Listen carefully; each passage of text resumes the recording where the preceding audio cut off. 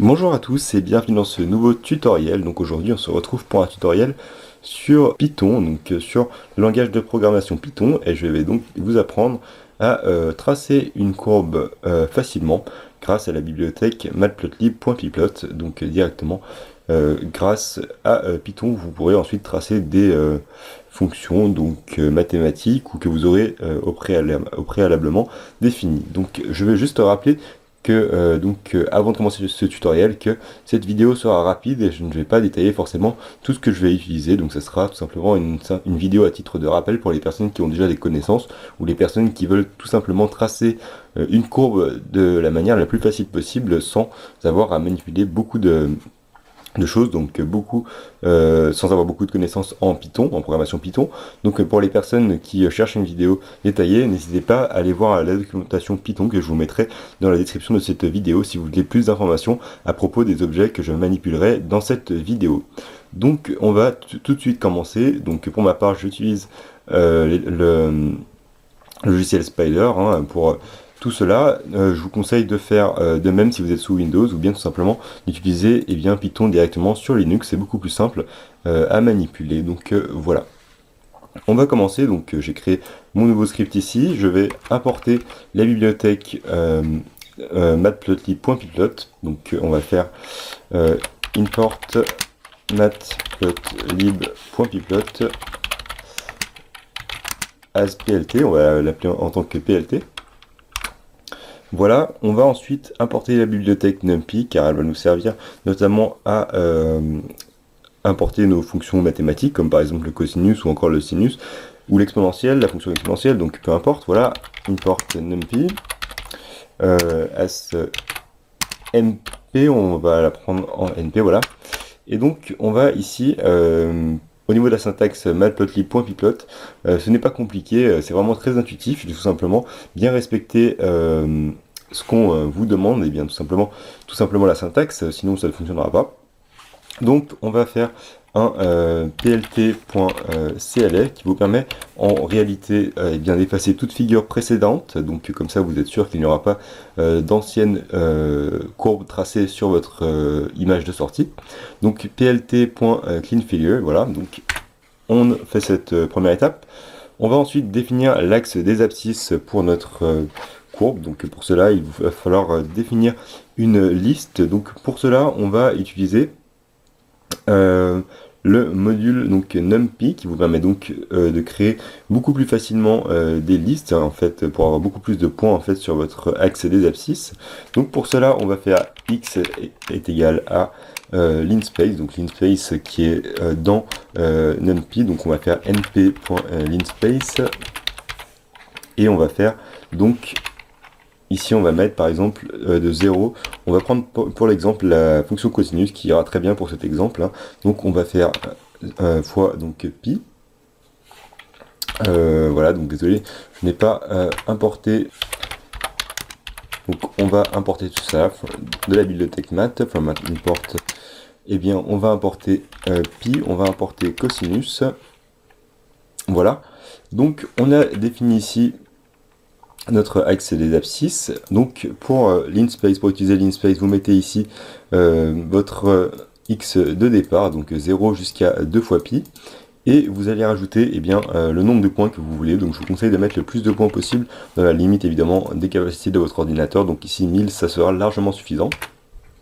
Et on va mettre y qui est égal donc tout simplement à une liste qu'on va appeler dans laquelle on va rajouter tout simplement l'image des points x qui sont dans la liste x ici, donc l'image on va faire cosinus de x pour chaque point de x. Donc on va faire cosinus de t for t in x, voilà. Donc tous les points de x auront pour image cosinus de t et seront donc dans la liste y ici. Une fois qu'on a fait ça, il suffit ensuite de dire à NumPy de tracer la courbe de x en fonction de y. Donc on va faire la commande suivante, plt.plot, et là on va mettre x et y. Vous pourrez également rajouter, si vous le souhaitez, une légende. Donc on va faire label est égal à cosinus x, donc voilà, cosinus x comme ceci.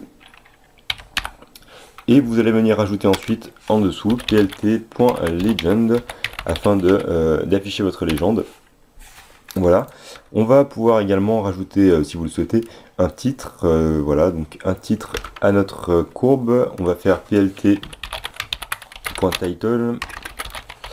On va mettre courbe du cosinus.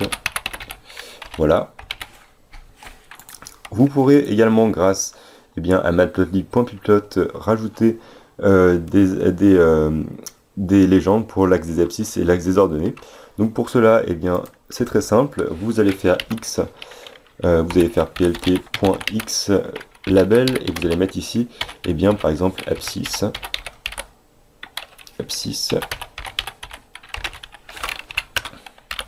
plt.y label, vous allez mettre ici ordonnées. Voilà, une fois que vous êtes ici, vous avez donc presque terminé. Il vous suffit tout simplement de sortir votre courbe. Donc soit vous pouvez la sauvegarder grâce à la commande plt.savefig. Et ici vous allez pouvoir rajouter par exemple image.png ici. Ainsi vous aurez sauvegardé votre fichier image.png dans le même dossier, le même répertoire que votre fichier Python, ou bien vous pouvez tout simplement choisir de afficher la courbe sans la sortir en format PNG. Simplement vous faites plt.show comme ceci, et simplement votre courbe s'affichera directement sur l'écran de Spider ici qu'on va donc tout de suite voir. Donc voilà, pltplot, title, xlabel, ylabel, legend et show tout simplement. Et ne pas oublier de définir ici nos listes x et y. Donc voilà, vous faites ensuite F5 pour lancer tout cela. Et vous voyez que la courbe de cosinus ici vient s'afficher directement ici. On vous ouvre une fenêtre sur Spider ou bien on vous l'affiche directement dans la console. Voilà. Et vous pouvez donc, comme vous le voyez, modifier l'axe des ordonnées si vous voulez mettre par exemple une période. Donc vous mettez 4pi ici, vous recommencez, vous lancez F5 et vous avez ici la courbe du cosinus. Vous pouvez également partir de moins 2pi, par exemple, on va faire de moins 2 fois pi jusqu'à 2 fois pi. Voilà. Et on aura ici une courbe qui nous montre bien la parité du cosinus ici. Et donc la légende qui se situe ici en cosinus donc de x. Alors pour information, vous avez beaucoup d'autres choses. Vous pouvez également personnaliser la couleur de votre courbe ici en modifiant en donnant des arguments à plot ici. Tous ces arguments, je ne vais pas les détailler dans cette vidéo. Comme je vous l'ai dit, ça sera une vidéo qui sera rapide, sinon ce serait beaucoup trop long. Je vous laisse voir dans la description de la vidéo. Vous avez beaucoup de ressources pour tout cela si vous voulez personnaliser votre courbe. Mais vous savez à présent comment tracer facilement une courbe à l'aide du module matplotlib.pyplot pour les personnes qui auraient par exemple oublié comment faire. Vous savez à présent les bases de matplotlib.pyplot, le B à bas, comment tout simplement tracer une courbe et l'afficher grâce à Python et voire même sauvegarder le graphe si vous le souhaitez. Voilà, alors pour terminer cette vidéo, je vais revenir sur l'inspace de NumPy. Je vous ai parlé tout à l'heure du nombre de points. Donc vous remarquerez que si vous mettez moins de points, par exemple 20 points, chaque image sera définie bien évidemment, mais vous aurez beaucoup moins de points sur votre courbe. Donc si je lance à 20 points par exemple, vous allez voir que la courbe du cosinus est beaucoup moins précise. Vous voyez qu'elle est beaucoup moins lissée qu'avec plus de points. C'est pour ça que je vous conseille de mettre au moins 1000 points, ça sera déjà pas mal. Voilà, donc ensuite dans Python vous pouvez également mettre plusieurs marqueurs, par exemple mettre des étoiles, mettre des points, tout cela pour tracer vos courbes. En tout cas, vous savez à présent comment tout simplement tracer la courbe du cosinus. Si vous voulez changer, ici vous mettez n'importe quelle fonction, donc par exemple 5x, 5t plutôt, 5 fois t plus 10 par exemple, fonction qu'on va ici tracer pour